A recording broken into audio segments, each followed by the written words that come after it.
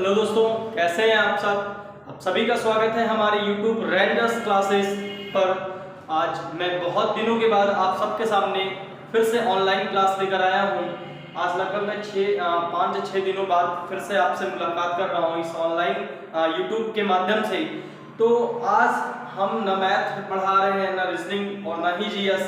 आज का टॉपिक है इंग्लिश ग्रामर, जो हमारे पिट के लिए बहुत ही महत्वपूर्ण प्रश्न और महत्वपूर्ण टॉपिक है, क्योंकि पिट में 5 नंबर का इंग्लिश भी आ रहा है। तो कई सारे उसके पिट के सिलेबस हैं। आज मैं डिस्कस भी करूंगा। इसके एक दूसरा वीडियो में मैं बताऊंगा कि पिट के लिए कितना किस एज वाले बैठ सकते हैं, कब फॉर्म बनना है, कब कैसे क्या करना है। आज सारी डिस्कशन मैं उस वीडियो में करता हूं। आज का टॉपिक है हमारा पिट के लिए स्पेशलिस्ट टेंस। आज मैं पढ़ाने वाला हूं, तो देखिएगा बहुत बेहतरीन तरीके से आपको मैं आज टेंस पढ़ाऊंगा। देखिएगा मैं टेंस आपको पढ़ाने चल रहा हूं, लेकिन टेंस स्टार्ट करने से पहले कुछ जानकारी और अदर चीजों की मैं नॉलेज रख लेता हूं, तब मजा आएगा टेंस का अच्छे से पढ़ाई करने में। मैं देखता हूं सबसे पहले टेंस इंट्रोडक्शन। टेंस इंट्रोडक्शन, मेरी बात को अच्छे से समझिएगा। सबसे पहले हम लोग देखेंगे टेंस इंट्रोडक्शन। और टेंस इंट्रोडक्शन को हिंदी में क्या बोलते हैं? काल का पहचान। काल का पहचान, तो एकदम अच्छे से देखिएगा। टेंस इंट्रोडक्शन को हिंदी में बोलते हैं काल का पहचान, और काल का पहचान को इंग्लिश में बोलते हैं टेंस इंट्रोडक्शन। यहां नोट में लिखेंगे, नोट में कि three types of tense. Hindi में अगर आप इसको जानना चाहते हैं तो जान लीजिए, काल 3 प्रकार के होते हैं। काल 3 प्रकार के होते हैं। एकदम अच्छे समझिएगा कि 3 टाइप्स ऑफ टेंस, काल 3 प्रकार के होते हैं। पहला प्रेजेंट टेंस, दूसरा पास्ट टेंस, और तीसरा फ्यूचर टेंस।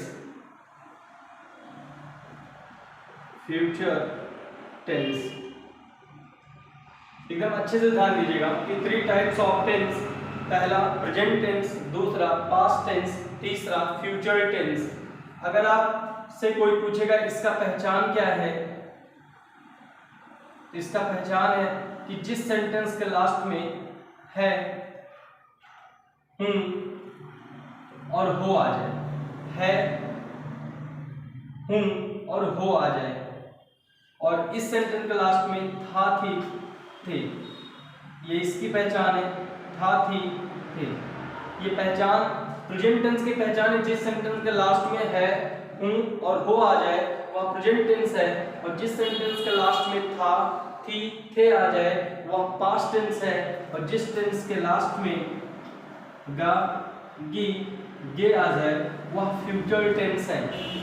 मतलब अगर आपसे कोई पूछेगा कि प्रेजेंट टेंस का पहचान क्या है, तो जिस सेंटेंस के लास्ट में है, हूं, हो आदि शब्दों का प्रयोग हो वह प्रेजेंट टेंस कहलाएगा, और जिस सेंटेंस के लास्ट में था, थी, थे आदि शब्दों का प्रयोग हो वह पास्ट टेंस कहलाएगा, और जिस सेंटेंस के लास्ट में गा, गी, गे आदि शब्दों का प्रयोग हो वह फ्यूचर टेंस कहलाएगा। एग्जाम्पल अगर आप जानना चाहते हो तो मैं यहाँ पे एग्जाम्पल दे रहा हूं। जैसे मैं आज पढ़ा रहा हूं, ठीक है ना। ये देख लीजिएगा सेंटेंस के लास्ट में क्या आ गया? हूं, ठीक है ना। मतलब जिस सेंटेंस के लास्ट में है, हूं, हो आदि शब्दों का प्रयोग हो वह मैं आज पढ़ा रहा हूं, प्रेजेंट टेंस। मैं आज पढ़ रहा हूं, प्रेजेंट टेंस। मैं खाना खा रहा हूं, प्रेजेंट टेंस, ठीक है। तुम पढ़ रहे हो, प्रेजेंट टेंस। वह जाता है, प्रेजेंट टेंस। सेंटेंस के लास्ट में अगर है, हूं, हो आता है तो वह प्रेजेंट ही कहलाता है।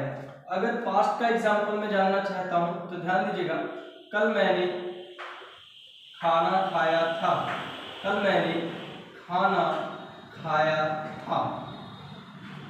मतलब जिस सेंटेंस के लास्ट में था, थी, थे का यूज हो जाए जिस सेंटेंस के लास्ट में था थी थे सेंटेंस के लास्ट में था थी थे का यूज हो जाए वह पास्ट टेंस। कल मैं दिल्ली गया था, कल मैंने आपको पढ़ाया था, ठीक है ना। कल मैं खाना खाया था, ठीक है ना, ठीक है ना। वे स्कूल जा रहे थे। मतलब जिस सेंटेंस के लास्ट में था थी थे आदि शब्दों का प्रयोग हो जाए वह पास्ट टेंस, और जिस सेंटेंस के लास्ट में है हूं आदि शब्दों का प्रयोग हो जाए वह प्रेजेंट टेंस होता है। और जिस सेंटेंस के लास्ट में, अगर इसका एग्जांपल जानना चाहो तो जिस सेंटेंस के लास्ट में गागी के आ जाए वह फ्यूचर टेंस। मैं आज इलाहाबाद जाऊं, देख लीजिएगा, आज हम लोग अमेठी जाएंगे, ठीक है ना। आज हम लोग अमेठी जाएंगे, ठीक है ना। आज हम लोग अमेठी जाएंगे, आज हम पढ़ेंगे, कल हम सोएंगे। मतलब जिस सेंटेंस के लास्ट में अगर गागी के आदि शब्दों का प्रयोग हो जाए वह फ्यूचर टेंस है, और जिस सेंटेंस के लास्ट में था थी थे आ जाए वह पास्ट टेंस है, और जिस सेंटेंस के लास्ट में है हो आ जाए वह प्रेजेंट टेंस है।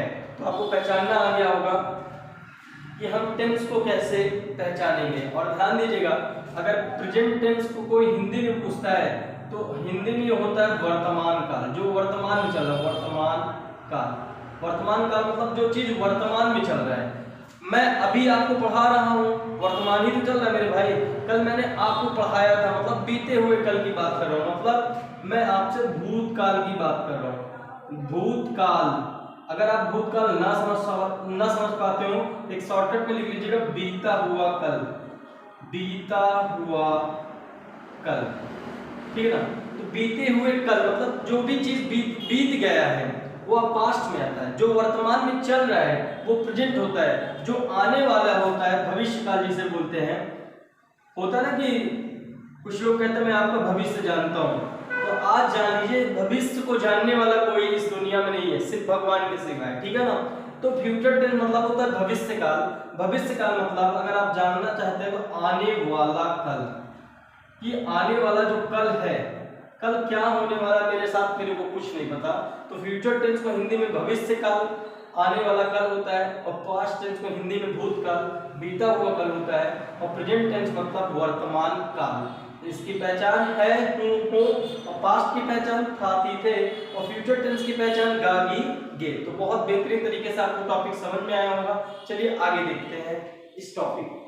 एकदम नोट डाउन अच्छे से करते रहिए, जैसे कि कोई प्रॉब्लम ना होने पाए। मैं एक एक चीज मैं आपको बहुत बेहतर प्रदर्शन करने वाला हूँ, बिल्कुल आप परेशान मत होइएगा। आगे देखिएगा, आगे देखिए एकदम अच्छे से देखिए।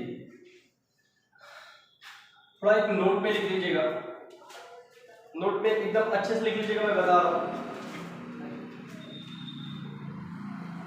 नोट पे लिख लीजिएगा, टेंस 3 प्रकार के होते हैं, 3 प्रकार के होते हैं, लेकिन प्रत्येक टेंस के ये लेकिन है, लेकिन प्रत्येक टेंस के 4 भाग होते हैं, कुल 12 टेंस बनते हैं। मैंने कहा टेंस 3 प्रकार के होते हैं, लेकिन प्रत्येक टेंस के 4 भाग होते हैं, कुल 12 भाग बनते हैं। कुल कितने भाग बनते हैं? 12 भाग बनते हैं। कौन कौन सा मैं एक्सप्लेन कर दे रहा हूं। पहला present, INDEFINITE, present indifferent tense. दूसरा प्रेजेंट कॉन्टिन्यूअस, कॉन्टिन्यूअस टेंस। और तीसरा प्रेजेंट परफेक्ट टेंस, और चौथा प्रेजेंट परफेक्ट कॉन्टिन्यूअस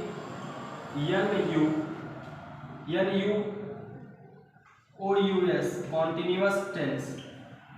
ठीक है ना, फिर से इसको लिख जाओ, CONTINUOUS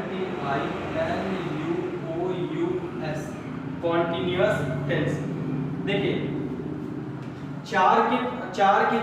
देखिए प्रेजेंट के चार भाग हो गए, present indefinite tense, present continuous tense, present perfect tense, present perfect continuous tense. ये प्रेजेंट के चार भाग हो गए।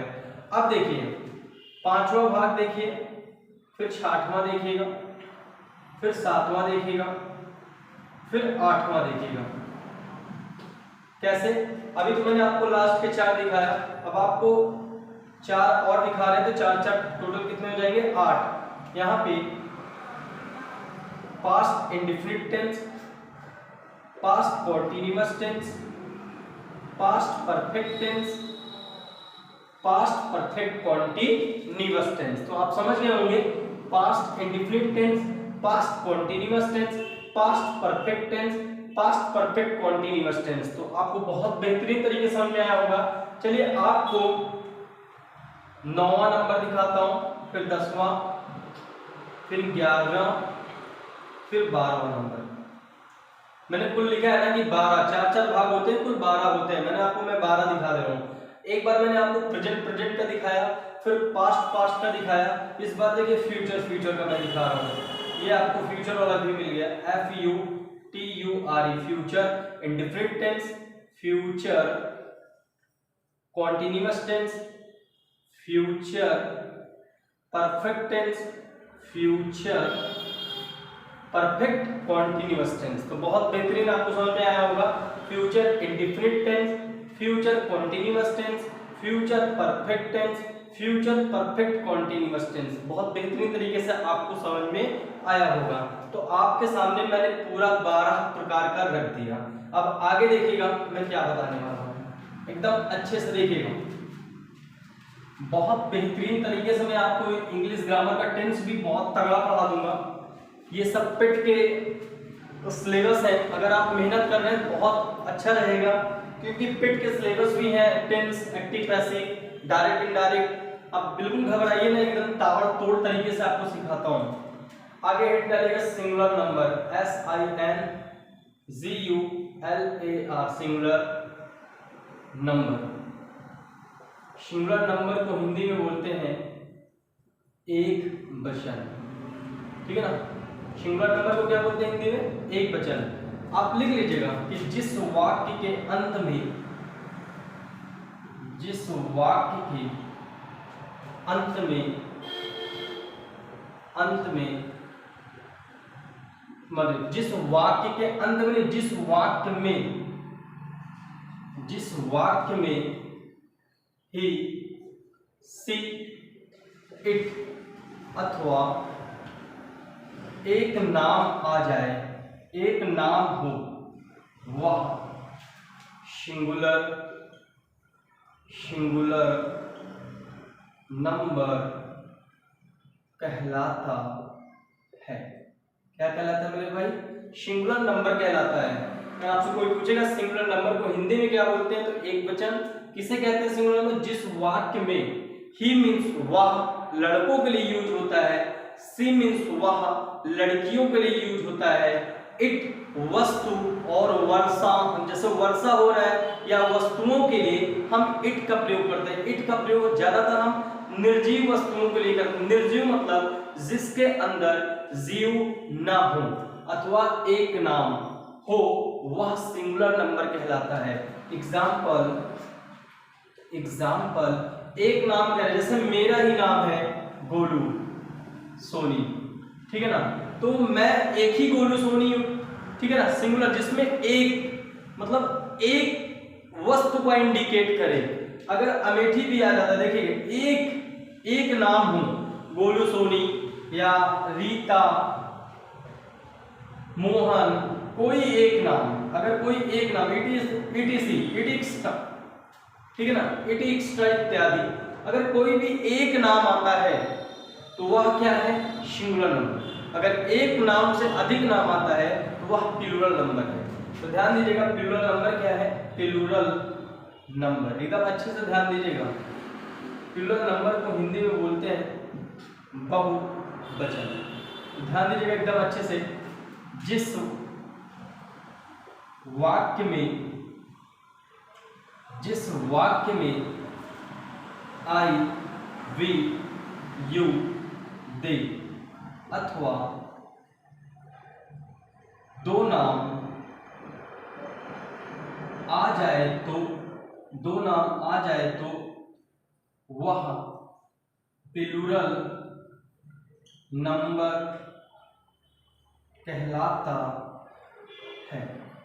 वह क्या कहलाता है मेरे भाई, वह प्लूरल नंबर कहलाता है जिस वाक्य में आई मीन्स मैं, वी मीन्स हम, यू मीन्स तुम, दे मीन्स वे। ठीक है ना। अगर जिस वाक्य में या जिस सेंटेंस में आई, वी, यू, दे अथवा दो नाम आ जाए तो वह प्लूरल नंबर कहलाता है।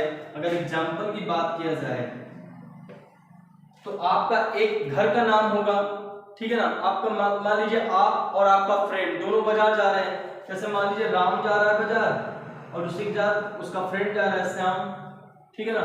तो Ram and Shyam, Sita and Gita it extra, ठीक है ना। अगर एक नाम से अधिक आए, दो नाम आ रहे हैं तो प्लूरल है।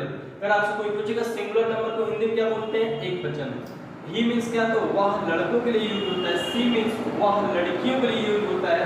इट वर्षा और वस्तुओं के लिए प्रयोग होता है। वस्तुएं मतलब जिसके अंदर जान नहीं होती, जिसे बोलते हैं निर्जीव वस्तु। अथवा एक नाम जैसे गोलू, सोनी, रीता, मोहन, इट एक्स्ट्रा या इत्यादि, ठीक है ना। प्लूरल नंबर कैसे कहते हैं, जिस वाक्य में आई मीन्स मैं, वी मीन्स हम, यू मीन्स तुम, दे मीन्स वे अथवा दो नाम आ जाए जैसे राम एंड श्याम, सीता एंड गीता आदि शब्दों का प्रयोग होता है तो वह प्लूरल नंबर कहलाता है। तो बहुत बेहतरीन टॉपिक, आपको समझ में आया होगा। चलिए आगे देखिएगा, अच्छे से देखिएगा और बहुत मेहनत कर रहा हूँ। बस आप लोग भी एक एक चीज ध्यान से पढ़िए, मजा आ जाएगा भाई साहब। अच्छे से देखिएगा, आगे भी एक्सप्लेन कर रहा हूं मैं। बस थोड़ा सा मेहनत करते रहिए तब मजा आएगा इसको पढ़ने में। आगे देखिएगा, देखिए आप हेडिंग डालीजिएगा।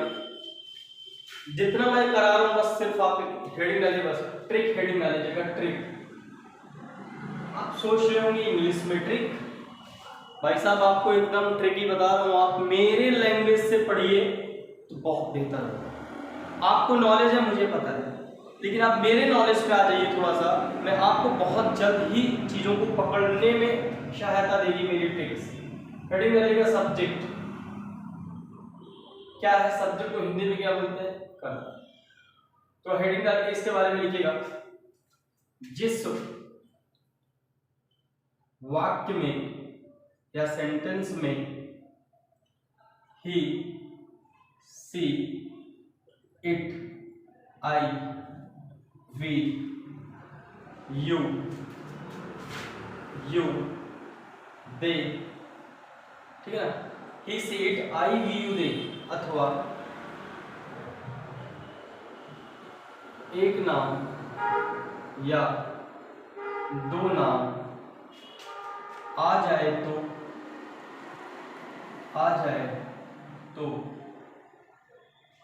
अथवा एक नाम या दो नाम तथा अथवा एक नाम या दो नाम तथा जिसके अंदर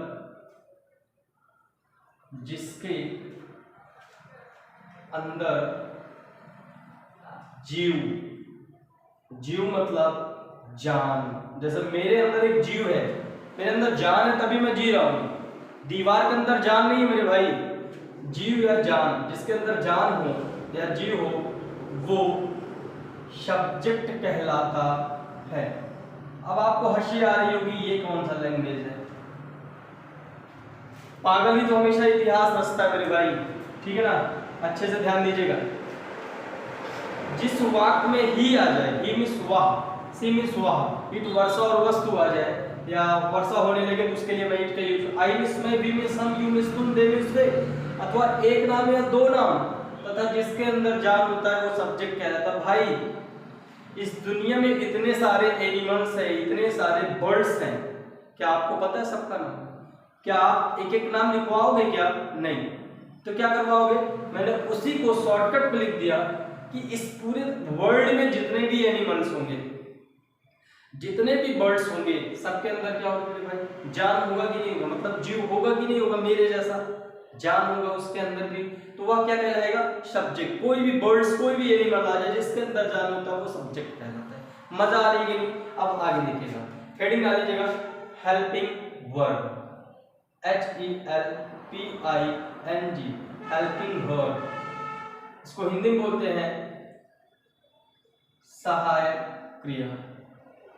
क्या बोलते हैं? सहायक क्रिया। एकदम अच्छे देखिएगा। जिस वाक्य में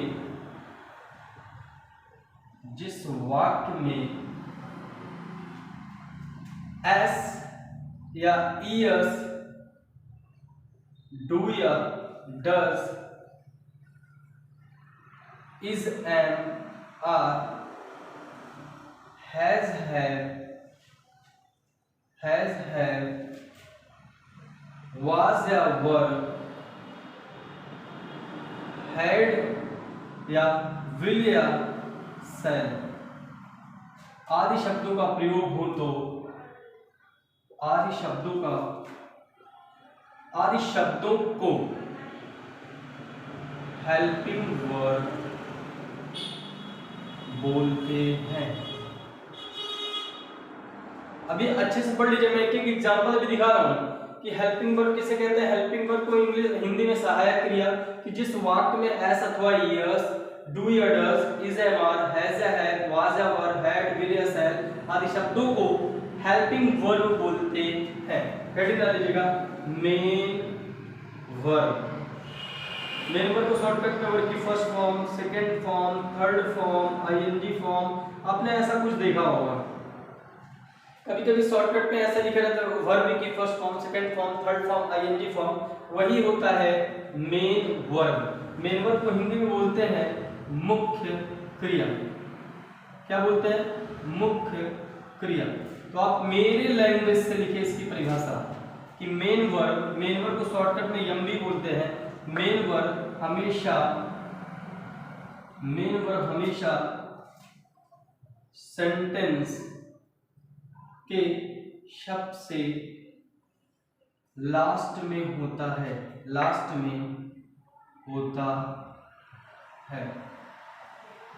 इंट्रो, ये लिख दे रहा हूं, इंट्रोडक्शन से, ये ब्रैकेट्स में लिख दो, इंट्रोडक्शन से पहले,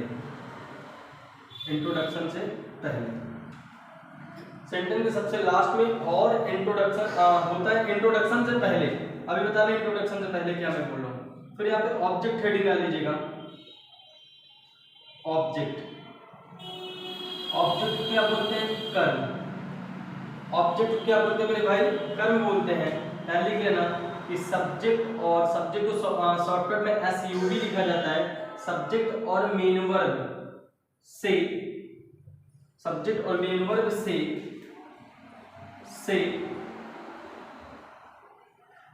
किया गया कार्य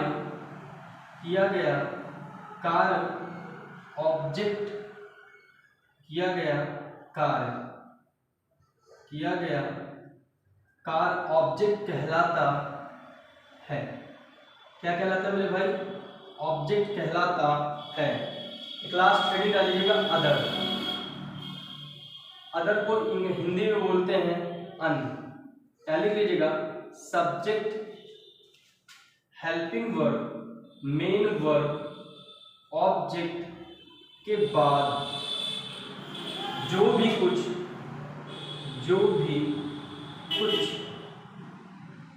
बचता है वो, ठीक है ना। सब्जेक्ट एचवी मतलब हेल्पिंग वर्ब, एमवी मतलब मेन वर्ब, ऑब्जेक्ट के बाद जो भी कुछ बचता है वो, मैं यहाँ लिखवा दे रहा हूँ, वो अदर कहलाता है। नोट डाउन कर लीजिएगा, वो अदर कहलाता है। मैंने लिखवा दिया कि subject, helping verb, main verb, object के बाद जो भी कुछ बचता है वह अदर कहलाता है, वो अदर कहलाता है। मैं शुरू से एक बार एक्सप्लेन कर दे रहा हूँ। सब्जेक्ट को हिंदी में बोलते हैं कर्ता। जिस वाक्य में ही मीन्स वह लड़कों के लिए यूज होता है, सी मीन्स वह लड़कियों के लिए यूज होता है, इट वर्षा और वस्तु के लिए प्रयोग होता है। वर्षा मतलब जो बरसात होती है, और आई मीन्स मैं, वी मीन्स हम, यू मीन्स तुम, दे मीन्स वे, अथवा एक नाम या दो नाम आ जाए, या तथा जिसके अंदर जान होता है वो सब्जेक्ट कहलाता है। हेल्पिंग वर्ब हिंदी में क्या बोलते हैं? सहायक क्रिया। जिस वाक्य में एस, ईयर्स, डू या does, is, am, are, has या हैव, वाज या वर, हैड, विल या शैल आदि शब्दों को हेल्पिंग वर्ब बोलते हैं। मेन वर्ब को शॉर्टकट में बोलते हैं वर्ब की first form, second form, third form, ING form. 4 form होते हैं इसके, फर्स्ट, सेकंड, थर्ड, आईएनजी। जब मैं टेंस पढ़ाने लगूंगा तो मैं खुद एक्सप्लेनेशन करूंगा। मेन वर्ब को हिंदी में बोलते हैं मुख्य क्रिया। मेन वर्ब हमेशा सेंटेंस के सबसे लास्ट में होता है, लेकिन ध्यान देना इंट्रोडक्शन से पहले मेन वर्ब होता है, ध्यान दीजिएगा। ऑब्जेक्ट को हिंदी में क्या बोलते हैं? ऑब्जेक्ट को हिंदी में कर्म बोलते हैं। सब्जेक्ट और मेन वर्ब से किया गया कार्य हमेशा ऑब्जेक्ट कहलाता है। ये बातें आपको नहीं समझ में आ रही होगी, अभी मैं एग्जांपल दूंगा तो आपको अच्छा समझ आ जाएगा। अगर कोई पूछेगा अदर किसे कहते हैं, अदर को हिंदी में अन्य बोलते हैं। Subject, helping verb, main verb, object के बाद जो भी कुछ बचता है वो अदर कहलाता है। तो आपको बहुत अच्छे समझ में आ गया होगा। चलिए मैं एक ऊपर ही एग्जांपल दे रहा हूँ, आप अच्छे समझिएगा। ऊपर ही एग्जांपल एक दे दे रहा हूँ, बहुत अच्छे समझिएगा, मजा आ जाएगा भाई साहब। सिर्फ आपको रटने की देरी है। अगर आप एक एक टॉपिक को बाकायदे याद कर रहे हैं, मेरी गारंटी है आपको कोई फंसा नहीं सकता ग्रामर में। चलिए देखिएगा, मैं एक ऊपर ही एग्जांपल दे रहा हूँ। ये मैं थोड़ा सा मिटा दे रहा हूँ, जगह कम है और मैं अभी इसको तुरंत मिटा दूंगा, लेकिन अभी रुके रहिए, 1 मिनट रुके रहिए बस। आप सेंटेंस लिखिए, राधा घर में पढ़ रही है, पढ़ रही है। मेरे भाई अगर इसका ये जानना चाहते हो तो मैं अभी आपको ऐसे तुरंत ऐसे फॉर्मेलिटी अदा करने के लिए बता दे रहा हूँ कि प्रेजेंट कॉन्टिन्यूअस टेंस का अफर्मेटिव सेंटेंस का जो है सेंटेंस है, थोड़ा फार्मूला लिख लीजिएगा। Subject plus is, am, are plus verb की फर्स्ट फॉर्म में ING form plus object plus other. आपको यही करने की जरूरत है, आप बिल्कुल परेशान होते हैं। सबसे पहले मुझे चाहिए सब्जेक्ट। सबसे पहले क्या चाहिए मेरे भाई? सब्जेक्ट। मैंने आपको सब्जेक्ट की परिभाषा क्या लिखा है? जिस वाक्य में ही से इट, ही मीन्स वह, क्या वह है? नहीं।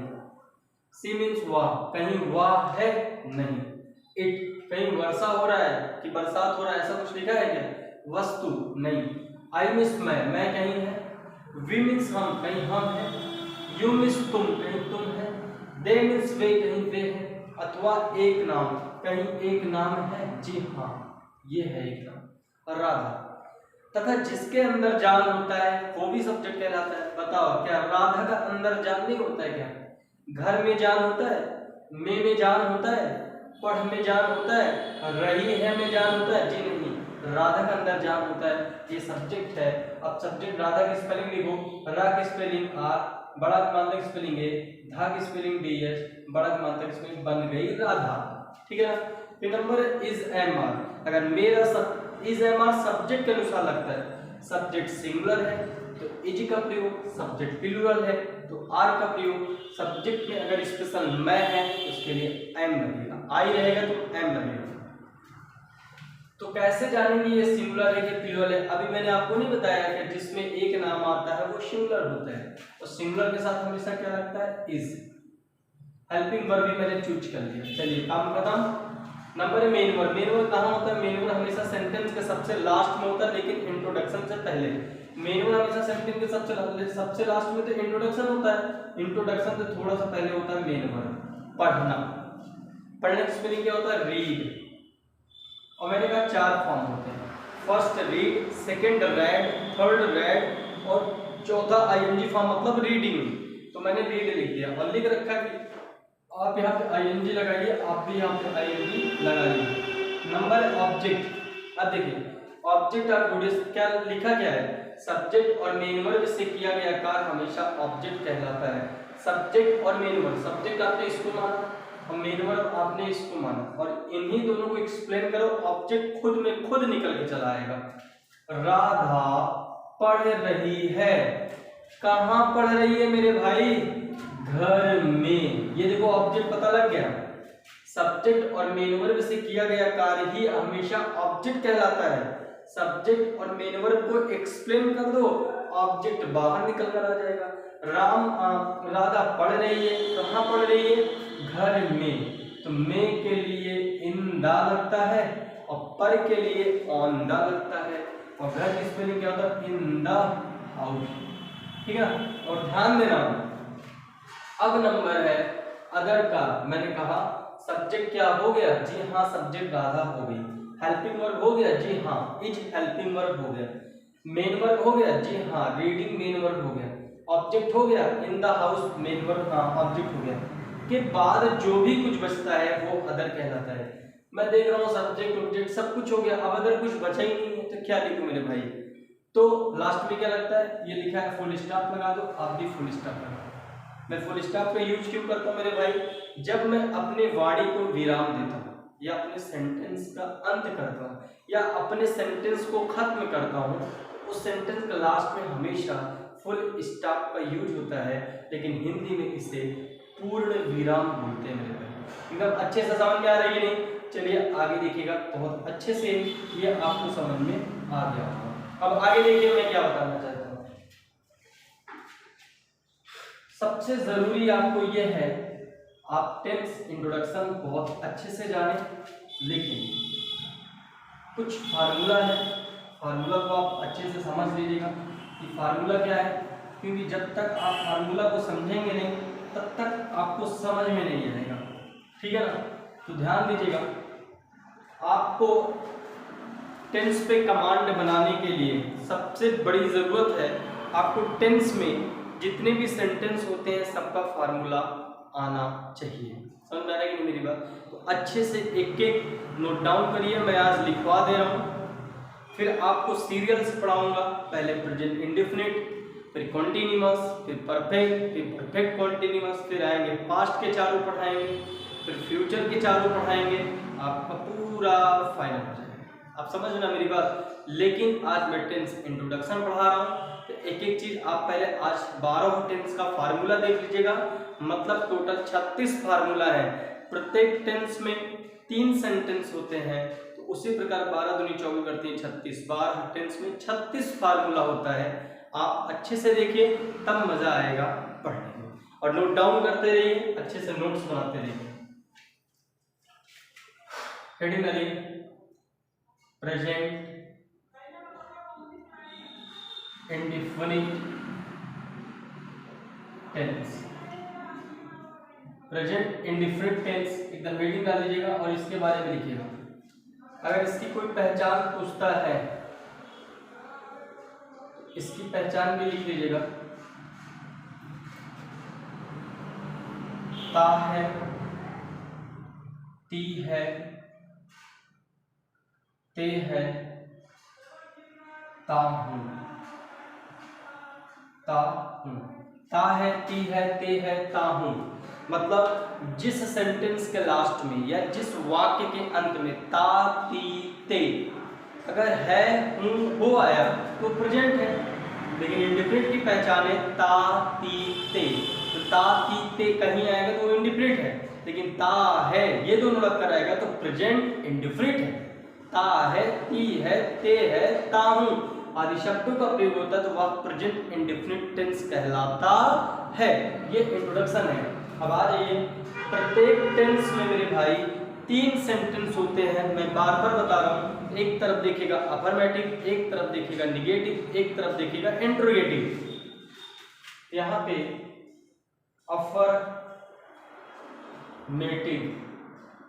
अफर्मेटिव सेंटेंस, अगर अफर्मेटिव सेंटेंस को एक नाम से और जाना जाता है, सिंपल, SIMPL, सिंपल सेंटेंस, ठीक है ना, इसको हिंदी में बोलते हैं साधारण वाक्य।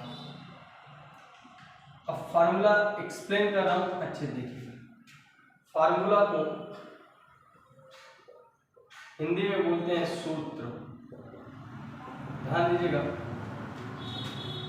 सब्जेक्ट प्लस वर्ब की फर्स्ट फॉर्म एस अथवा ES plus object plus other, और लास्ट में प्रत्येक अफर्मेटिव या सिंपल सेंटेंस के लास्ट में फुल स्टॉप ही लगता है। और ध्यान दीजिएगा, एस अथवा ES हमेशा किसके साथ यूज होता है? SINGULAR, सिंगुलर के साथ। एस अथवा ES का यूज हम प्लूरल के साथ कभी नहीं करेंगे, सिर्फ सिंगुलर के साथ करेंगे। और ध्यान दीजिएगा, ये अफर्मेटिव हो गया। निगेटिव भी ध्यान दीजिएगा, निगेटिव सेंटेंस। निगेटिव सेंटेंस को हिंदी में बोलते हैं नकारात्मक वाक्य। नकारात्मक वाक्य, इसका भी आप फार्मूला जानिएगा, एकदम अच्छे से ध्यान दीजिएगा। सब्जेक्ट प्लस डू या डज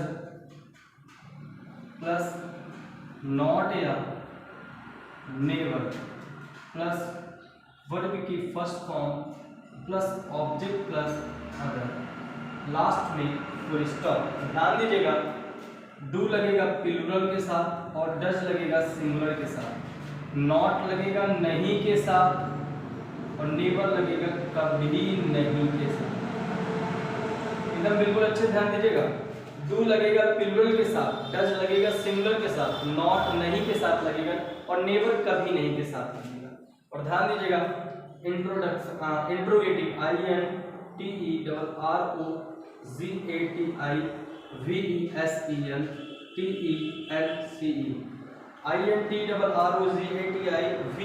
INTROGATIVESENTENCE, इंट्रोगेटिव सेंटेंस को हिंदी में बोलते हैं प्रश्नवाचक वाक्य। अब देखिएगा, इसका फार्मूला क्या होता है? इसका भी फार्मूला वही, ध्यान दीजिएगा, क्वेश्चन वर्ड प्लस डू या does plus subject plus not या नेवर प्लस वर्ब की first form plus object plus other, और लास्ट में इस बार फुल स्टॉप में क्वेश्चन मार्क लगेगा। तो ध्यान दीजिएगा एकदम अच्छे से कि अफर्मेटिव सेंटेंस में सबसे पहले सब्जेक्ट ही होता है, फिर हेल्पिंग वर्ब, फिर मेन वर्ब होता है, फिर हेल्पिंग वर्ब। ये रूल इज रूल, कोई भी टेंस हो अफर्मेटिव तो सबसे पहले सब्जेक्ट ही होगा, फिर हेल्पिंग, फिर मेन वर्ब होगा, फिर हेल्पिंग वर्ब होगा, फिर ऑब्जेक्ट, फिर अदर। कोई भी निगेटिव सेंटेंस हो सबसे पहले सब्जेक्ट, फिर हेल्पिंग वर्ब, फिर नॉट या नेवर, फिर वर्ब की first main verb plus object plus other. और कोई भी इंट्रोगेटिव सेंटेंस होगा सबसे पहले क्वेश्चन वर्ड ही होता है, फिर हेल्पिंग वर्ब होता है, फिर सब्जेक्ट होता है, फिर नॉट या नेवर होता है, फिर मेन वर्ब होता है, फिर ऑब्जेक्ट होता है, फिर अदर। और ध्यान देना, प्रत्येक इंट्रोगेटिव सेंटेंस के लास्ट में क्वेश्चन मार्क का यूज होता है, लेकिन प्रत्येक अफर्मेटिव और निगेटिव सेंटेंस के लास्ट में फुल स्टॉप का यूज होता है। फुल स्टॉप का यूज मैं तभी करता हूँ जब मैं अपने वाणी को विराम करता हूँ। अब क्वेश्चन मार्क तभी लगता है जब सेंटेंस में आपसे कोई प्रश्न करता है। और ध्यान देना, अफर्मेटिव सेंटेंस को सिंपल सेंटेंस भी बोलते हैं, इसको हिंदी में साधारण वाक्य भी बोलते हैं, और निगेटिव सेंटेंस को इंग्लिश हिंदी में नकारात्मक वाक्य बोलते हैं। नकारात्मक वाक्य मतलब जो जिस वाक्य में हमेशा नहीं शब्द का प्रयोग हो जाए। और इंट्रोगेटिव सेंटेंस हिंदी बोलते हैं प्रश्नवाचक वाक्य। प्रश्नवाचक वाक्य मतलब जिस सेंटेंस में प्रश्न वाली बात करें, तुम मेरे लिए एक गिलास पानी क्यों नहीं लाए, क्या तुम मेरे लिए चाय लाओगे, मतलब मैं तुमसे प्रश्न कर, क्या तुम्हें यह प्रश्न याद है, मैं आपसे प्रश्न कर रहा हूँ, क्वेश्चन कर रहा हूँ। मेरी बात को समझ रहे हैं ना? तो ध्यान दीजिएगा, ये तीन आपको समझ में आ गया प्रेजेंट इंडेफिनिट टेंस का। चलिए ध्यान देते हैं प्रेजेंट कॉन्टिन्यूअस टेंस का भी। मैं इसको यहाँ मिटा रहा हूँ। प्रेजेंट कॉन्टिन्यूअस टेंस भी देख लीजिएगा, प्रेजेंट कॉन्टिन्यूअस टेंस हेडिंग डाल लीजिएगा और पहचान लिख लीजिएगा, रहा है, रही है, रहा हूं, रहा हूं आदि शब्दों का प्रयोग, रहा है, रही है, रहा हूं। ठीक है ना। अब ध्यान दीजिएगा एकदम अच्छे से, एकदम अच्छे से ध्यान दीजिएगा, बहुत अच्छे से मैं एक्सप्लेन कर रहा हूं, देखिएगा। देखिए प्रेजेंट कॉन्टिन्यूअस टेंस में आपको बता रहा हूं कि इसका पहचान है जिस वाक्य के अंत में रहा है, रही है, रहा हूं। प्रत्येक कॉन्टिन्यूअस की पहचान है जिस सेंटेंस के लास्ट में रहा है, रही है, मतलब रहा, रही, रहे, आए, समझ लेना कॉन्टिन्यूअस है। अगर है के साथ लग कर आ रहा है तो प्रेजेंट कॉन्टिन्यूअस, था थी थे लग कर आ गया तो पास्ट कॉन्टिन्यूअस, अगर गागी गे लग कर आ रहा है तो फ्यूचर कॉन्टिन्यूअस। मेरी बात को समझ लें मेरे दोस्त। अब ध्यान दीजिएगा, अफर्मेटिव सेंटेंस सब कुछ वही, subject plus is am are, वहां पे एस अथवा एस यूज हो रहा था लेकिन यहाँ पे इज एम आर यूज हो रहा है, प्लस वर्ब की फर्स्ट फॉर्म में ING form plus object plus other. और मैं आपको बता दिया हूं कि मेन वर्ब के 4 तरीके से होते हैं, फर्स्ट, सेकंड, थर्ड और आईएनजी। ध्यान देना, मैंने कहा था सब्जेक्ट के बाद, सब्जेक्ट के जस्ट बाद पहले हेल्पिंग वर्ब होता है, फिर मेन वर्ब, फिर ऑब्जेक्ट प्लस अदर। और ध्यान दीजिएगा प्रत्येक अफर्मेटिव सेंटेंस के लास्ट में फुल स्टॉप का यूज होता है। ये सिंगुलर के साथ लगाएंगे, ये प्लूरल के साथ लगाएंगे, ये स्पेशल आई के साथ लगाएंगे। अगर सेंटेंस में मैं आया तो एम लगना ही लगना है। अगर मेरा सब्जेक्ट सिंगुलर है तो मैं इज लगाऊंगा, अगर मेरा सब्जेक्ट प्लूरल है तो मैं हेल्पिंग वर्ब आर लगाऊंगा। समझ आ रही है। और मेरा सब्जेक्ट में अगर मैं है तो मैं स्पेशल आई के साथ एम लगता है। एकदम अच्छे से ध्यान दीजिएगा। निगेटिव में भी सबसे पहले क्या होता है, सब्जेक्ट, फिर क्या होता है इज एम आर, फिर क्या होता है नॉट या नेवर, नॉट या नेवर, प्लस वर्ब की फर्स्ट फॉर्म में ING form plus object plus other, last में फुल स्टॉप। वही सिंगुलर के साथ इज, प्लूरल के साथ आर, आई के साथ एम, नहीं के साथ नेवर, लेकिन कभी नहीं के साथ, ठीक है ना, कभी नहीं किसके लिए लगाएंगे, नेवर के लिए। अगर कभी नहीं आया तो नेवर लगाऊंगा, नहीं आया तो नॉट लगाऊंगा।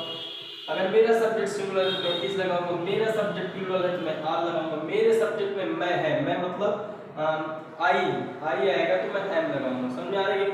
और यहाँ पे ध्यान दीजिएगा, पहले क्वेश्चन वर्ड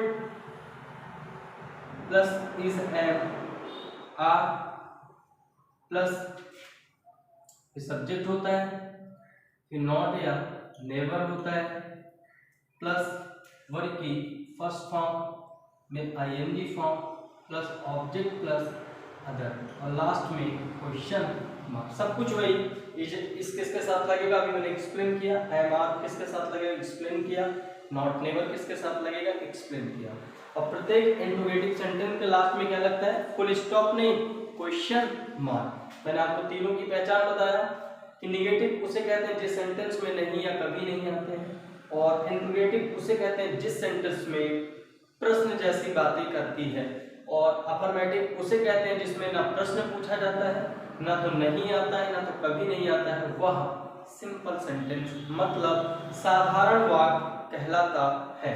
अब आगे देखिएगा, प्रेजेंट परफेक्ट टेंस में देख रहा हूं, present perfect tense, perfect tense, इसकी पहचान क्या है, इसकी पहचान है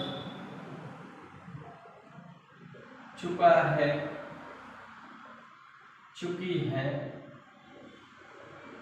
चुके हैं, चुका हूं,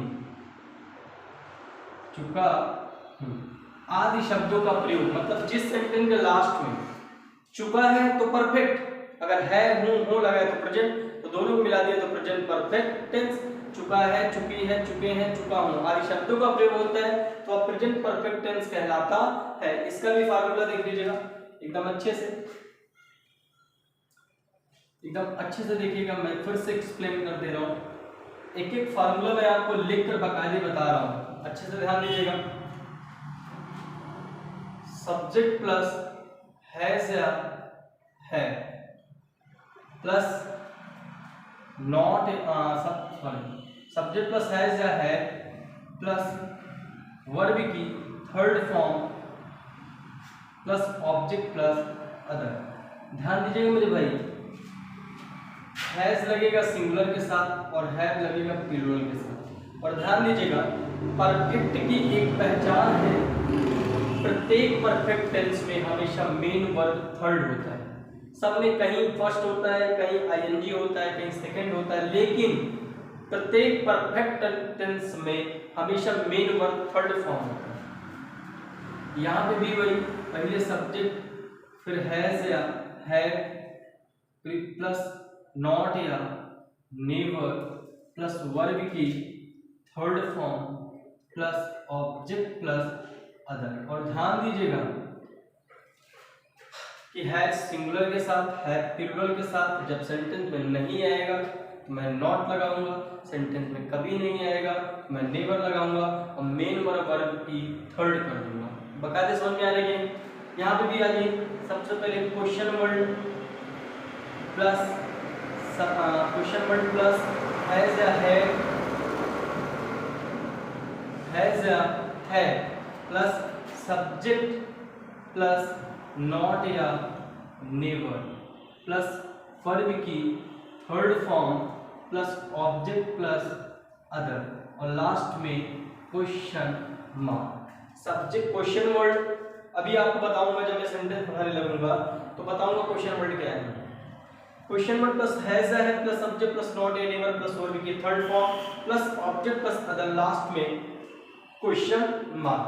तो आपको मैंने प्रेजेंट परफेक्ट टेंस तक पहुंचा दिया है। अब मैं चलता हूँ ये क्लास सेंटेंस पे, उसके बाद मैं पास्ट पे आता हूँ, प्रेजेंट परफेक्ट कॉन्टिन्यूअस दिखाता हूँ आपको, एकदम अच्छे से ध्यान दीजिएगा। Present perfect continuous tense, continuous tense, ठीक है ना। इसकी पहचान लिख लीजिएगा, ये थोड़ा सा टफ भी होता है अपने आप में। पहचान लिख लीजिएगा, जिस वाक्य के अंत में रहा है, रही है, रहा हूं आदि शब्दों के साथ साथ, आदि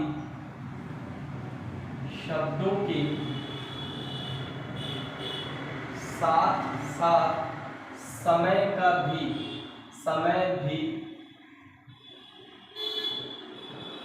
भी लगे हों,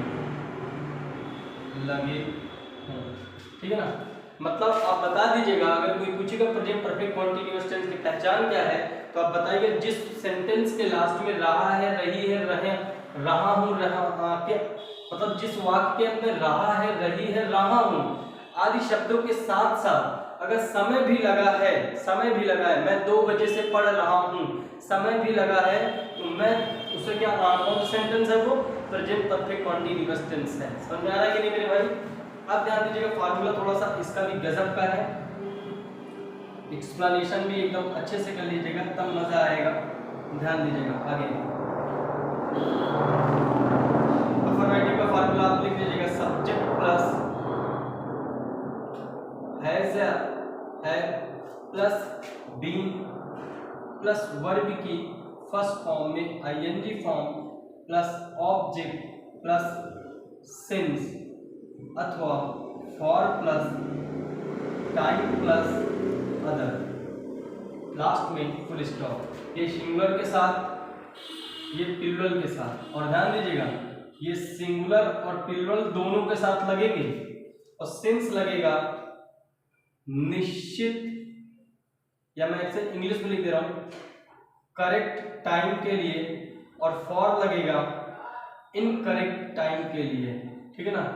लिख लीजिएगा कि सिंस लगेगा करेक्ट टाइम के लिए और फॉर का यूज तब होता है जब इनकरेक्ट टाइम होता है। इनकरेक्ट मतलब समय निश्चित ना हो, अनिश्चित समय के लिए फॉर, लेकिन निश्चित समय के लिए सिंस का प्रयोग। ध्यान दीजिएगा, अभी जब मैं पढ़ाऊंगा एकदम बेहतर तरीके से आएगा, आप परेशान मत होइए बिल्कुल, ठीक है ना। अभी तो मैं 12 और 10 का सिर्फ फार्मूला लिखा रहा हूँ, अपनी कॉपी पे लिख लीजिए और याद करिए, उसके बाद मैं 10 पढ़ाता हूँ तब मजा आएगा, ठीक है ना। निगेटिव पे ध्यान दीजिएगा,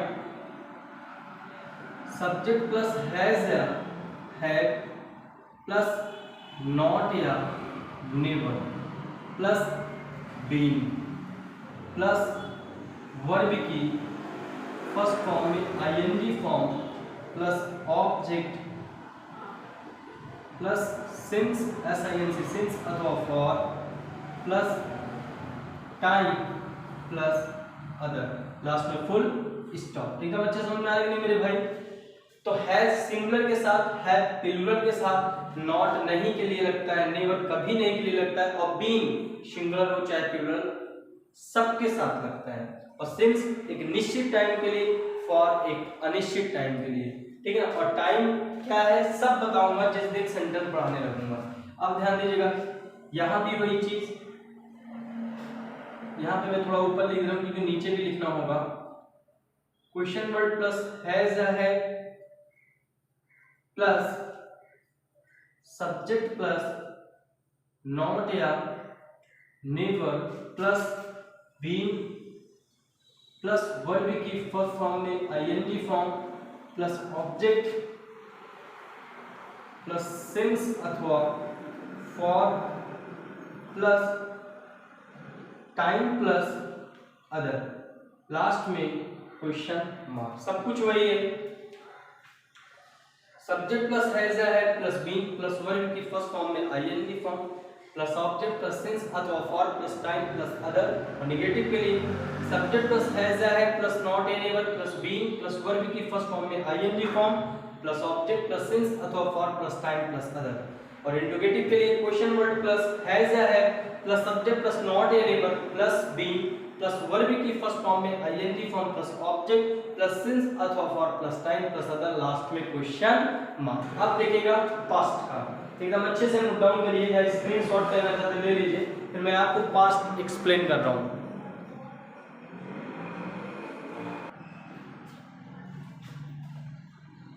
आगे देखिएगा दोस्तों, बहुत ही गजब का टॉपिक। अब पास्ट में हम लोग एंट्री करेंगे, देखिएगा अब पास्ट चलेगा, एकदम अच्छे से ध्यान दीजिएगा। पास्ट का हम लोग एक्सप्लेन करेंगे एकदम अच्छे से। मैं फिर से इसको मिटा दे रहा हूँ, देखिए हेडिंग डाल लीजिएगा पास्ट इंडेफिनिट टेंस। हेडिंग क्या है? Past indefinite tense, INDEFINITE।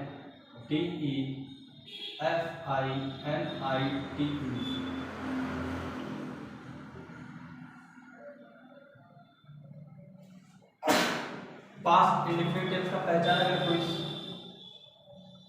पहचान पूछे तो जिस सेंटेंस के लास्ट में आ या बड़ी ई और ये, ता, था, ती, थी, ते, थे, ठीक है ना, यही पहचान है कि जिस सेंटेंस के लास्ट में आ, बड़ा आ, या, बड़ी ई, ये, ता, था, ती, थी, ते, थे आदि शब्दों का प्रयोग हो तो वह पास्ट इंडेफिनिट टेंस कहलाता है। अब आगे देख लीजिएगा, अफर्मेटिव सेंटेंस में MATIVSENTENC, अफर्मेटिव सेंटेंस को हिंदी में बोलते हैं साधारण वाक्य। इसकी परिभाषा फार्मूला देख लीजिएगा,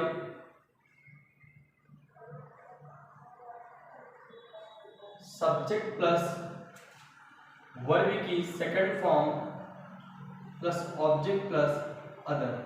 ध्यान दीजिएगा, यह सेंटेंस प्रेजेंट इंडेफिनिट टेंस एक ऐसा टेंस है जिसके अफर्मेटिव में कोई भी हेल्पिंग वर्ब नहीं यूज होते, कोई भी हेल्पिंग वर्ब नहीं यूज होते। इसमें मेन वर्ब की सेकंड होती है। ये पहला एक ऐसा टेंस है और इस एक ऐसे टेंस का ऐसा सेंटेंस है अफर्मेटिव जिसमें कोई भी हेल्पिंग वर्ब नहीं होता। निगेटिव पे आ जाइए आप, निगेटिव सेंटेंस को हिंदी में बोलते हैं नकारात्मक वाक्य। इस पे देखिएगा formula, subject plus did plus not या नेवर प्लस वर्ब की first form plus object plus other. ध्यान दीजिएगा मेरे भाई, इसमें मेन वर्ब की फर्स्ट हो जाता है, निगेटिव में फर्स्ट हो जाता है, लेकिन अफर्मेटिव में सेकंड रहता है। और अफर्मेटिव में कोई हेल्पिंग वर्ब नहीं लगता, लेकिन निगेटिव में एक हेल्पिंग वर्ब लगता है डिड। और मैं बता दूं आपको, ये डिड सिंगुलर और प्लूरल दोनों के साथ यूज होते हैं। सिंगुलर और प्लूरल दोनों के साथ यूज होते हैं। मैं बार बार बता रहा हूँ कि नहीं के लिए नॉट लगता है और कभी नहीं के लिए नेवर लगता है। बार बार मैं एक्सप्लेन नहीं करूंगा, आप समझ लीजिए एकदम अच्छे से।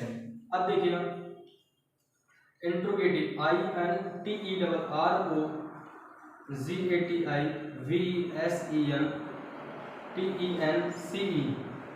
इंट्रोगेटिव सेंटेंस को हिंदी में बोलते हैं प्रश्नवाचक वाक्य।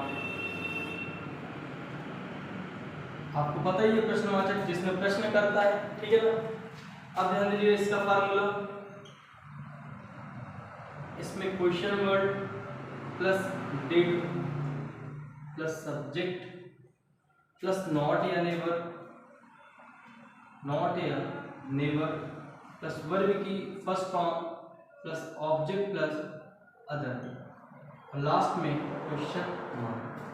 Question word plus did plus subject plus not या नेवर प्लस वर्ब की first form plus object plus other last में क्वेश्चन मार्क। ध्यान देना, ये डिड सिंगुलर और प्लूरल दोनों के साथ लगेंगे, ठीक है ना।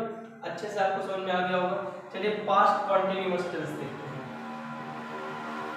देखिएगा past continuous tense, past continuous tense, NUOUS continuous tense. पहचान लिख लीजिएगा इसकी एकदम अच्छे से।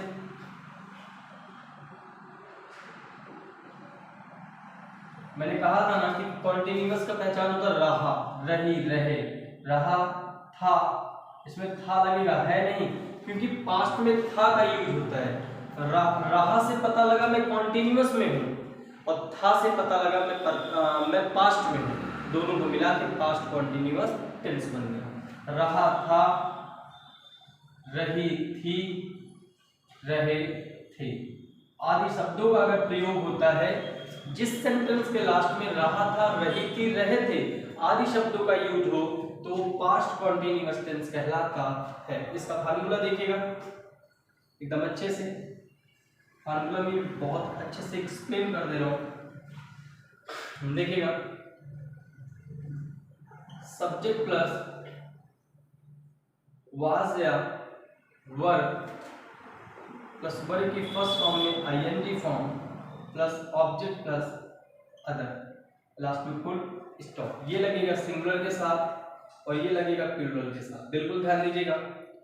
फिर यहाँ पे सब्जेक्ट प्लस वाज या वर्ब प्लस नॉट या नेवर प्लस वर्ब की फर्स्ट फॉर्म में ING form plus object plus other और लास्ट में मैं क्या लगा दूंगा, फुल स्टॉप।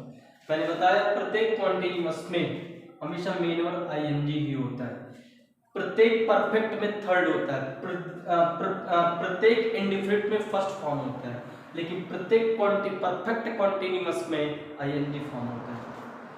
यहाँ पे भी वही क्वेश्चन वर्ड प्लस वाज या verb plus subject plus not या नेवर प्लस वर्ब की फर्स्ट फॉर्म में ING form, question word plus was या verb plus subject plus not या नेवर प्लस वर्ब की फर्स्ट फॉर्म में ING form plus object plus other और यहाँ पे लास्ट में लगेगा क्वेश्चन मार्क। प्रत्येक इंट्रोगेटिव सेंटेंस के लास्ट में क्वेश्चन मार्क, लेकिन अफर्मेटिव और नेगेटिव सेंटेंस के लास्ट में फुल स्टॉप मैंने आपको बता रखा है। चलिए आ जाइए आप पास्ट परफेक्ट टेंस पे देखिएगा बहुत बेहतर तरीके से, पास्ट परफेक्ट टेंस पे, और उसका पहचान देख लीजिएगा एकदम अच्छे से। इसको अगर आप स्क्रीनशॉट लेना चाहते हैं ले लो, ठीक है ना। अब आगे देखिएगा, एकदम अच्छे से ध्यान दीजिएगा। अब हम देखेंगे past perfect tense, past perfect tense, एकदम अच्छे से ध्यान दीजिएगा। इसकी पहचान है चुका पहचान है परफेक्ट का, था पहचान है पास्ट का, दोनों को मिलाकर बोल ले पास्ट परफेक्ट टेंस, ठीक है ना। चुका था, चुकी थी, चुके थे आदि शब्दों का प्रयोग होता है क्या कहलाता है मेरे भाई, पास्ट परफेक्ट टेंस। इसका फार्मूला देख लीजिएगा, सब्जेक्ट प्लस हेड प्लस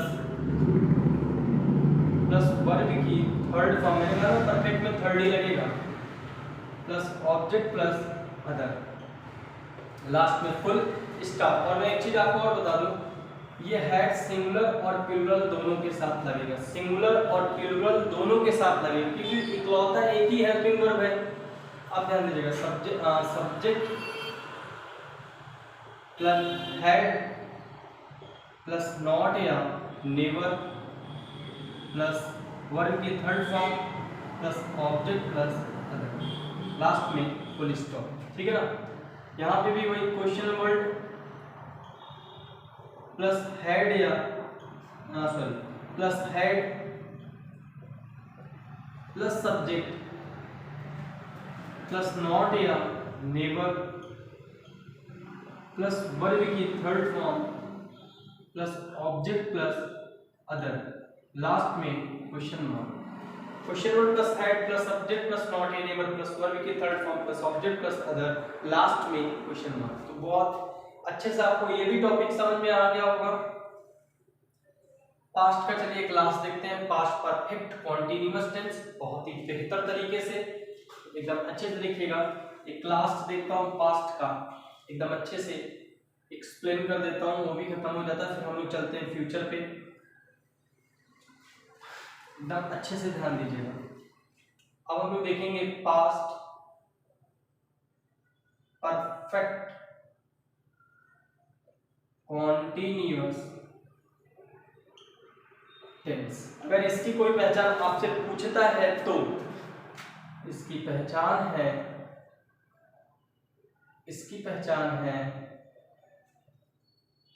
रहा था, रही थी, रही थे के साथ साथ क्या दिया रहेगा, समय। साथ साथ क्या दिया रहेगा, समय। Very important topic. उसमें रहा है, रही है, रहे के साथ समय दिया होता तो वो प्रेजेंट परफेक्ट कॉन्टिन्यूअस होता था, लेकिन इसमें रहा था, रही थी, रहे थे के साथ साथ समय दिया रहेगा। तो आप जान जाइएगा कि पास्ट परफेक्ट कॉन्टिन्यूअस टेंस है। इसका फार्मूला देखिएगा, subject plus had plus being, verb की फर्स्ट फॉर्म में ING form plus object plus since अथवा for plus time plus other, last में फुल स्टॉप। ध्यान दीजिएगा, ये लगेगा सिंगुलर और प्लूरल दोनों के साथ, ये भी लगेगा सिंगुलर और प्लूरल दोनों के साथ, ठीक है ना। और सिंस लगेगा करेक्ट टाइम के साथ और फॉर लगेगा इनकरेक्ट टाइम के साथ। ध्यान दीजिएगा, निश्चित समय रहेगा तो सिंस का प्रयोग, अनिश्चित समय रहेगा तो फॉर का प्रयोग। कैसे यूज होता है मैं सेंटेंस पढ़ाने लगूंगा तो एक्सप्लेन कर दूंगा। यहाँ पे subject plus had plus not या never plus being plus verb की फर्स्ट फॉर्म में ING form plus object plus since अथवा for plus time plus other, last में फुल स्टॉप। सब कुछ वही है।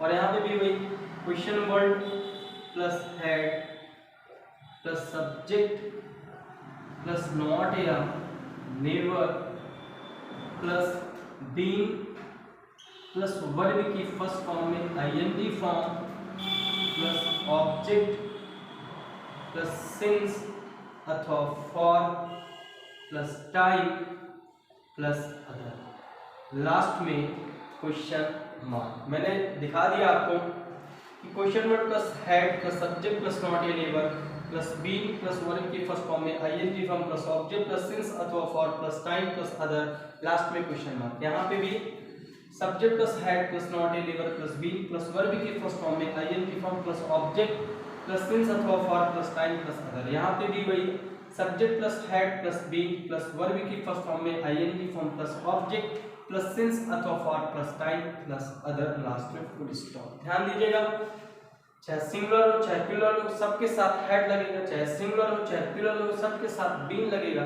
नॉट तब लगेगा जब नहीं आएगा और नेवर तब लगेगा जब कभी नहीं आएगा। समझ में आ रहा है कि नहीं मेरे भाई?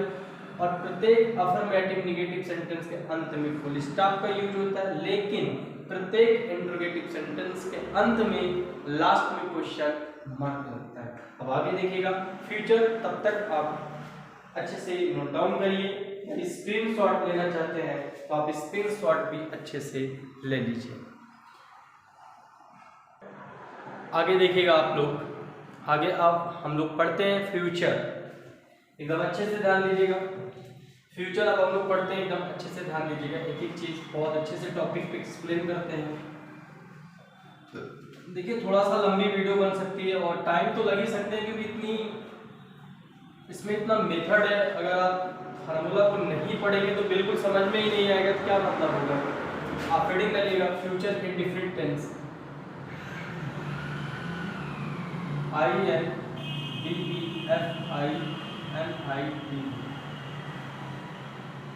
फ्यूचर इन डिफरेंट टेंस, ठीक है ना। अब फ्यूचर इन डिफरेंट टेंस का अगर कोई पहचान पूछता है, पहचान बताइएगा, गा गी गे। पहचान क्या है फ्यूचर इन डिफरेंट टेंस का? गा गी गे। अब ध्यान दीजिएगा अफर्मेटिव सेंटेंस का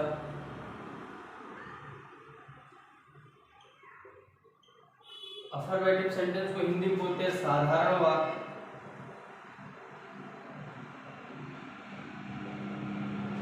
फार्मूला देखिएगा इसका, सब्जेक्ट प्लस विल या शैल प्लस वर्ब की first form plus object plus other.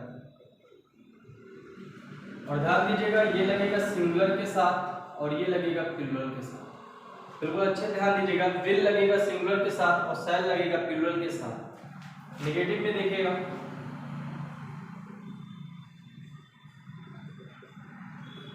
Negative sentence को हिंदी में बोलते हैं नकारात्मक वाक्य। अब ध्यान दीजिएगा इसके लिए फार्मूला भी ध्यान दीजिएगा, सब्जेक्ट प्लस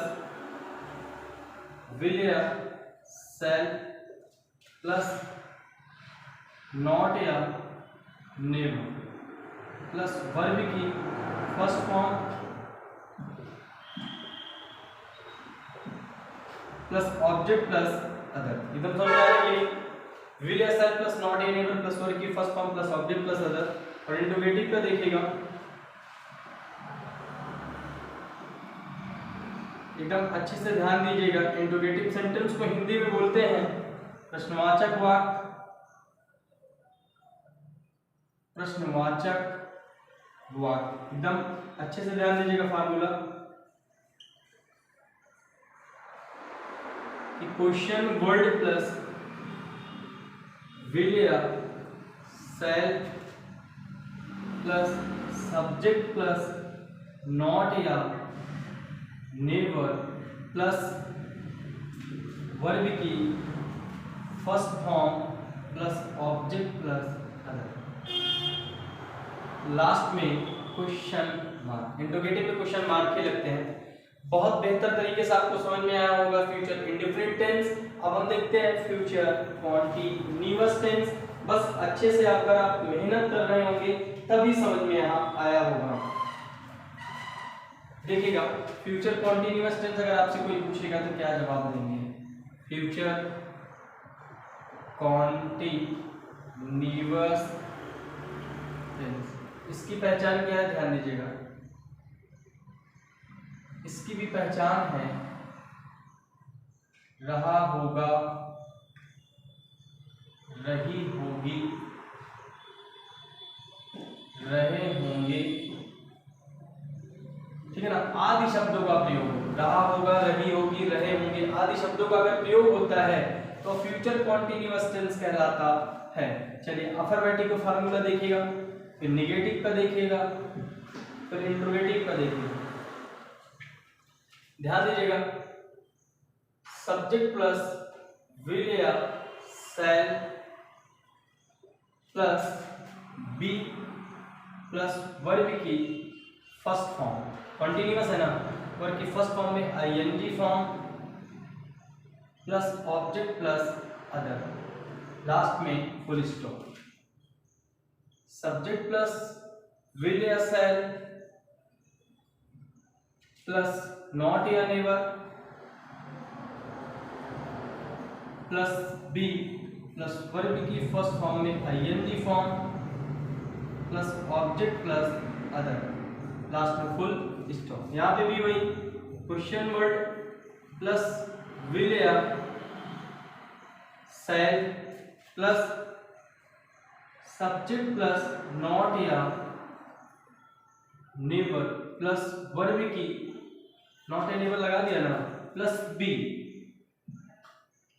प्लस वर्ब की फर्स्ट फॉर्म में ING form plus object plus other और लास्ट में क्वेश्चन मार्क। ध्यान दीजिएगा, विल लगेगा सिंगुलर के साथ, शैल लगेगा प्लूरल के साथ, बी लगेगा सिंगुलर और प्लूरल दोनों के साथ। विल लगेगा सिंगुलर के साथ, शैल लगेगा प्लूरल के साथ, बी लगेगा सिंगुलर और प्लूरल दोनों के साथ। अच्छे से ध्यान दीजिएगा, तो ये भी बहुत बेहतरीन तरीके से आपके समझ में आ गया होगा। अब आगे देखिएगा, अच्छे से मैं एक्सप्लेन करता हूँ, जल्दी से आप नोट डाउन करिए, फिर मैं आपको आगे बताता हूँ एकदम अच्छे से जल्दी से।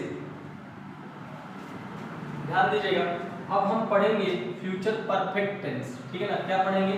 Future perfect tense. Future perfect tense पहचान है चुकेगा, ठीक है ना, चुकेगा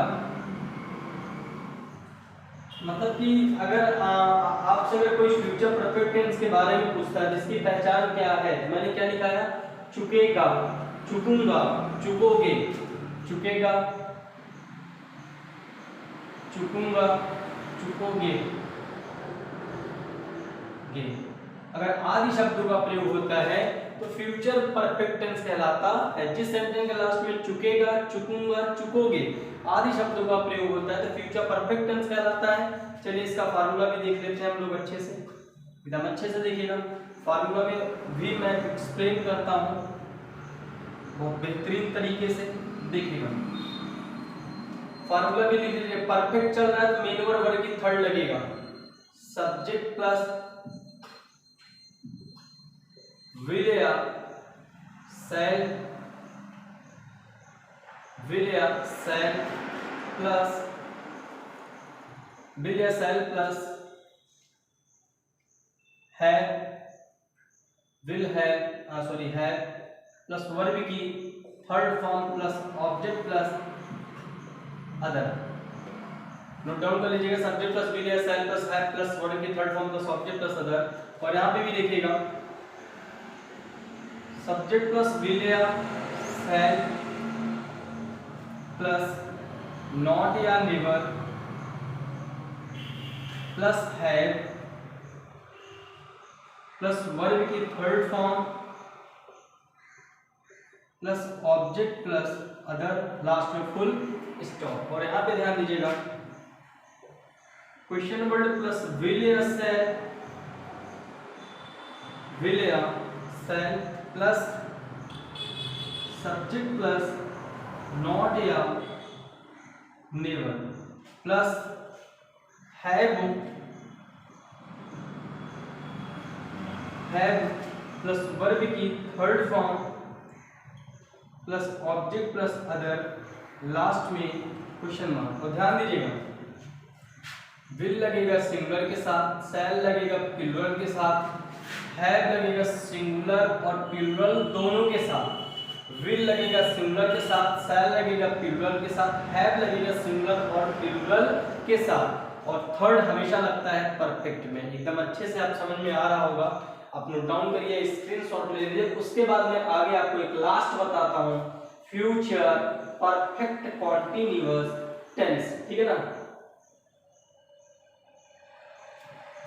ध्यान दीजिएगा, मैं मिटा रहा हूं, एक लास्ट देखते हैं फ्यूचर परफेक्ट कॉन्टिन्यूअस टेंस का, ठीक है ना। Future perfect continuous tense, future perfect continuous tense. पहचान देखिएगा, पहले पहचान देखिएगा, रहा होगा, रही होगी, रहे होंगे, ठीक है ना, रहेंगे, रहेंगी आदि शब्दों के साथ साथ क्या दिया हो, समय। आदि शब्द परफेक्ट कॉन्टिन्यूअस में समय भी होता है, आदि शब्दों के साथ साथ अगर समय भी दिया हो तो फ्यूचर परफेक्ट कॉन्टिन्यूअस टेंस कहलाता है। इसका फार्मूला देखिएगा, बहुत जबरदस्त टॉपिक होता है ये अपने आप में।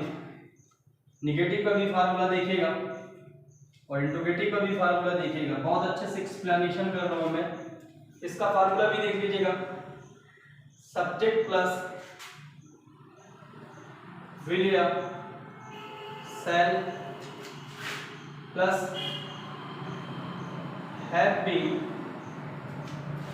प्लस वर्ब की फर्स्ट फॉर्म में ING form plus object plus other, last में फुल स्टॉप। अभी एक्सप्लेन कर रहा हूं, सब्जेक्ट प्लस विल या शैल प्लस नॉट या never plus not and never plus have been plus verb की फर्स्ट फॉर्म में ING form plus object plus since अथवा for plus time plus other. ठीक है, मैं एक चीज यहाँ पे भूल गया हूँ, सब्जेक्ट प्लस विल या shall plus have been plus verb की फर्स्ट फॉर्म में ING form plus object plus since अथवा for plus time plus other, last में फुल स्टॉप। यहां पे भी वही क्वेश्चन वर्ड विल या shall plus subject plus not या never plus have been plus verb की फर्स्ट फॉर्म में ING form plus object plus since अथवा for plus time plus other, last में क्वेश्चन। एकदम अच्छे से ध्यान दीजिएगा, विल लगेगा सिंगुलर के साथ, शैल लगेगा प्लूरल के साथ, हैव बीन ये लगेगा चाहे सिंगुलर हो चाहे प्लूरल हो, दोनों के साथ लगेगा। विल लगेगा सिंगुलर के साथ और शैल लगेगा प्लूरल के साथ, हैव बीन लगेगा सिंगुलर और प्लूरल दोनों के साथ, और ध्यान दीजिएगा सिंस लगेगा निश्चित टाइम के लिए और फॉर लगेगा अनिश्चित टाइम के लिए। तो आप एकदम अच्छे से समझ गए होंगे। आज दोस्तों बड़ी मेहनत किया हमने, आज लगभग 1 से 1.5 घंटे के बीच में वीडियो भी होने वाला है। इतनी मेहनत किया आपके सामने, 36 फार्मूला एक्सप्लेन किया पूरे टेंस में। अब आप ये सोच रहे होंगे कि मैं लिखूंगा नहीं, अगर आप नोट्स नहीं बनाओगे तो आपको ये बिल्कुल समझ में आएगा नहीं, और जैसे मेरे को याद है वैसे आपको भी रटे होने चाहिए। अगर आपको टेंस में कमांड बनाना है तो मेहनत करना पड़ेगा मेरे भाई, बिना मेहनत के यहाँ पे इस धरती पे कुछ भी नहीं मिलने वाला है। मैंने कहा सिर्फ 6 महीना लग जाओ, 60 साल तक मौज करोगे। चलिए आगे देखिएगा। अब मैं 36 फार्मूला एक्सप्लेन कर चुका हूं, जिनमें से आज मेरा एक टॉपिक होगा प्रेजेंट इंडेफिनिट टेंस। अच्छे से देखिएगा, आज मैं एक पहला टॉपिक पढ़ाने जा रहा हूं टेंस में, प्रेजेंट इंडेफिनिट टेंस। एकदम अच्छे से देखिएगा दोस्तों। फिर आज आपके सामने मैं एक फिर से देखिएगा, अब नया टॉपिक आपको पढ़ाने चल रहा हूं। अभी तक तो मैंने आपको 36 फार्मूला एक्सप्लेन किया था, अब आप देखिएगा मैं प्रेजेंट इंडेफिनिट टेंस भी एक्सप्लेन करने चल रहा हूं। एकदम अच्छे से ध्यान दीजिएगा,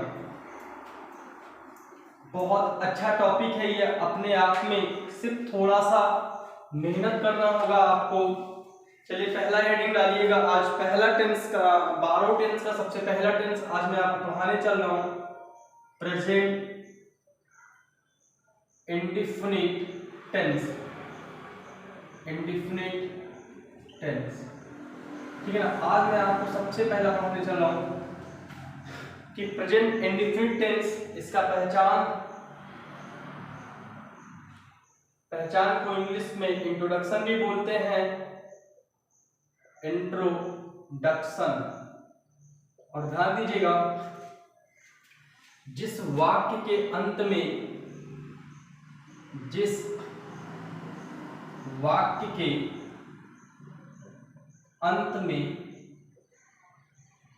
ता है, ती है, ते है, ता हूं आदि शब्दों का प्रयोग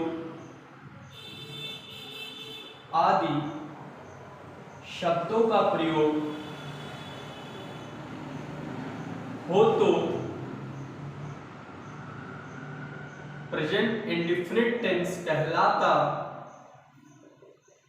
है। देखिएगा एकदम अच्छे से, मैंने क्या बोला कि जिस वाक्य के अंत में ता है, ती है, ते है, ता हूं आदि शब्दों का प्रयोग हो तो प्रेजेंट इंडेफिनिट टेंस कहलाता है। चलिए अब हेडिंग डालिएगा, अफर्मेटिव सेंटेंस, AFFIRMATIVESENTENCE।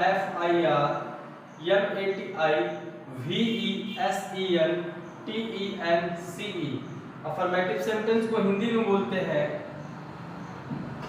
साधारण वाक्य। एकदम अच्छे से देखिएगा, इसका फार्मूला क्या है? फार्मूला है सब्जेक्ट प्लस वर्ब की फर्स्ट फॉर्म में एस अथवा ES plus object plus other, last में फुल स्टॉप। और ध्यान दीजिएगा, एस अथवा ईएस का यूज सिर्फ ओनली सिंगुलर के साथ होगा। किसके साथ होगा? शिप सिंगुलर,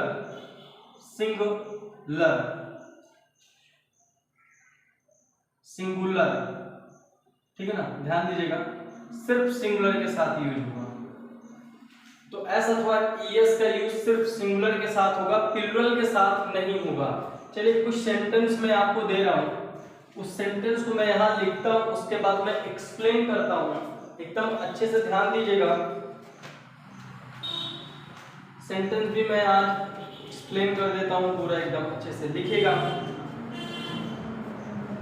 पहला सेंटेंस, मैं अपना पाठ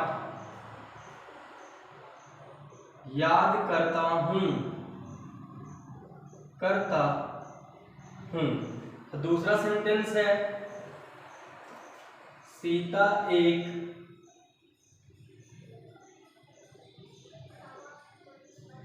मधुर गाना गाती है।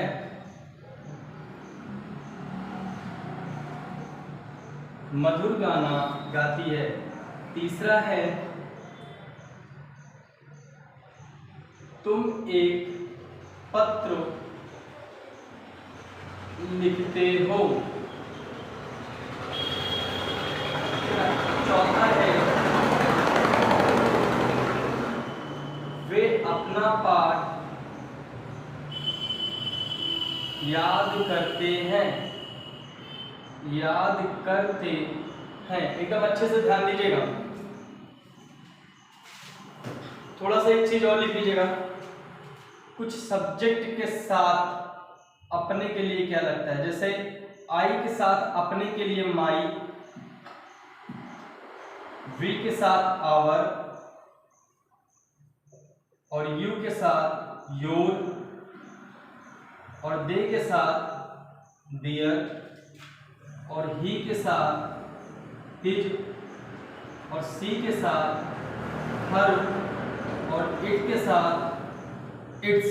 ये लिख लीजिएगा कि आई के साथ अपने के लिए माई लगता है, वी के साथ आवर लगता है, यू के साथ योर लगता है, दे के साथ दियर लगता है, ही के साथ इज लगता है, सी के साथ हर लगता है, इट के साथ इट्स लगता है। एकदम समझ आ रही है। और ध्यान देना, अगर कोई लड़का होगा मतलब कोई बॉयज होगा तो बॉयज के लिए भी अपने के लिए हिज ही लगता है। अगर कोई गर्ल्स होगी, गर्ल्स के साथ भी अपने के लिए हर ही लगता है मेरे भाई। किसी भी लड़के का नाम होगा और अपने के साथ हिज लगाना, किसी लड़की होगी तो उस लड़की के साथ अपने के लिए हर लगाना। ध्यान दीजिएगा, मैं अपना पाठ याद करता हूँ। पहली बात तो बहुत सारे बच्चों को मन में कंफ्यूजन है कि सर मैं कैसे जानूंगा कि प्रेजेंट इंडेफिनिट टेंस है। मेरे भाई अगर है, हूँ और हो इन तीनों में से कोई एक लगा है तो वह प्रेजेंट टेंस है, लेकिन मेरे भाई अगर ता ती ते लगा है तो वह इंडेफिनिट टेंस है। प्रेजेंट प्लस इंडेफिनिट मिलकर बना देता है प्रेजेंट इंडेफिनिट टेंस। मेरे भाई अच्छे समझ में आ रहा है कि नहीं? अब ध्यान देना, सबसे पहले कह रहा है इसमें सब्जेक्ट ढूंढिए।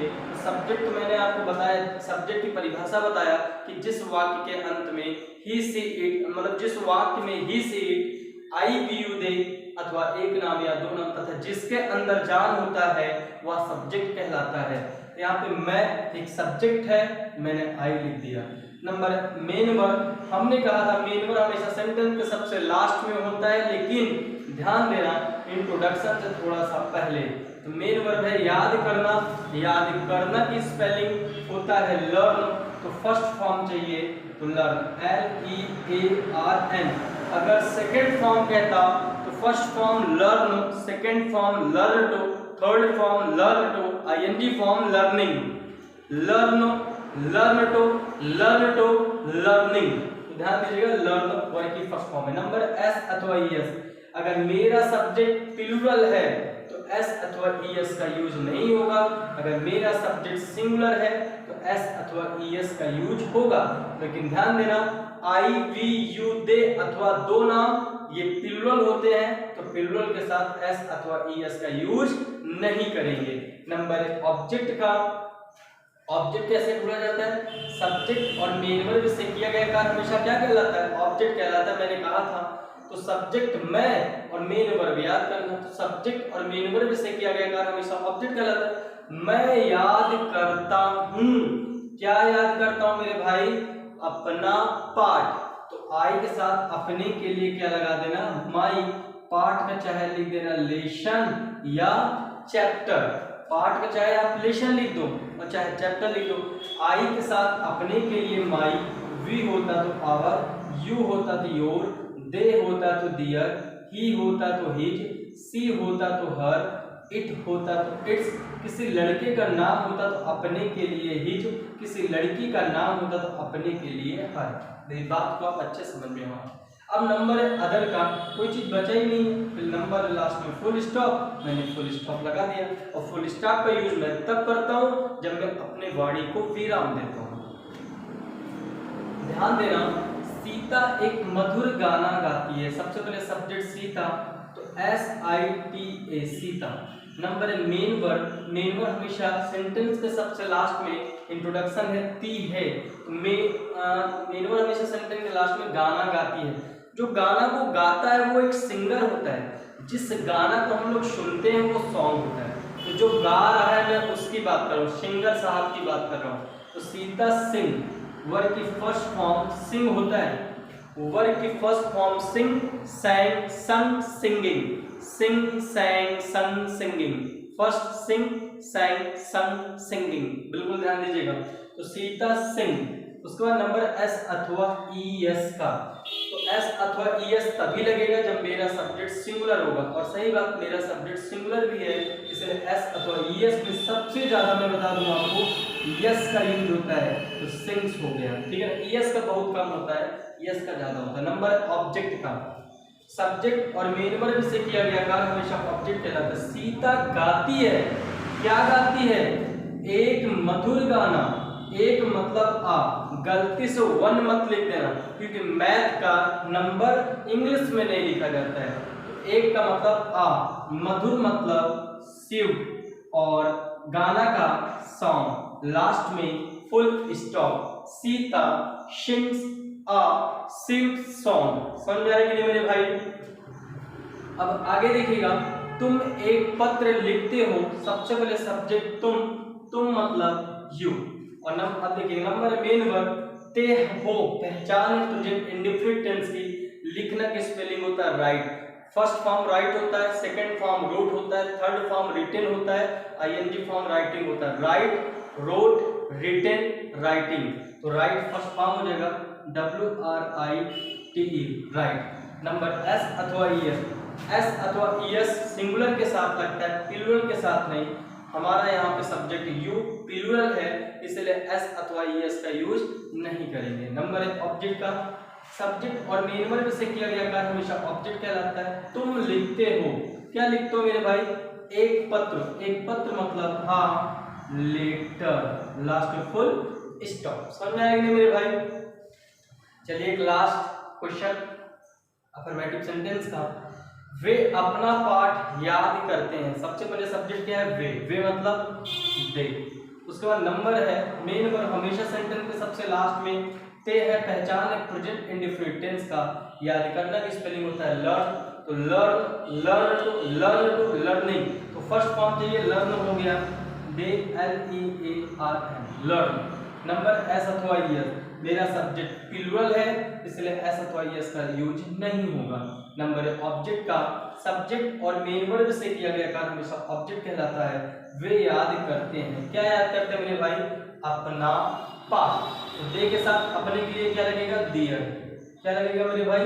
दियर। वो मैं लिख रखा हूँ, दे के साथ अपने के लिए दियर लगता है। और पाठ का चाहे आप लेसन लिख लीजिए या चैप्टर। फिर नंबर अदर का, इसके बाद कुछ बचा ही नहीं है, लास्ट में मैंने क्या लगा दिया? Full stop. तो आई के साथ अपने के लिए माई, वी के साथ आवर, यू के साथ योर, दे के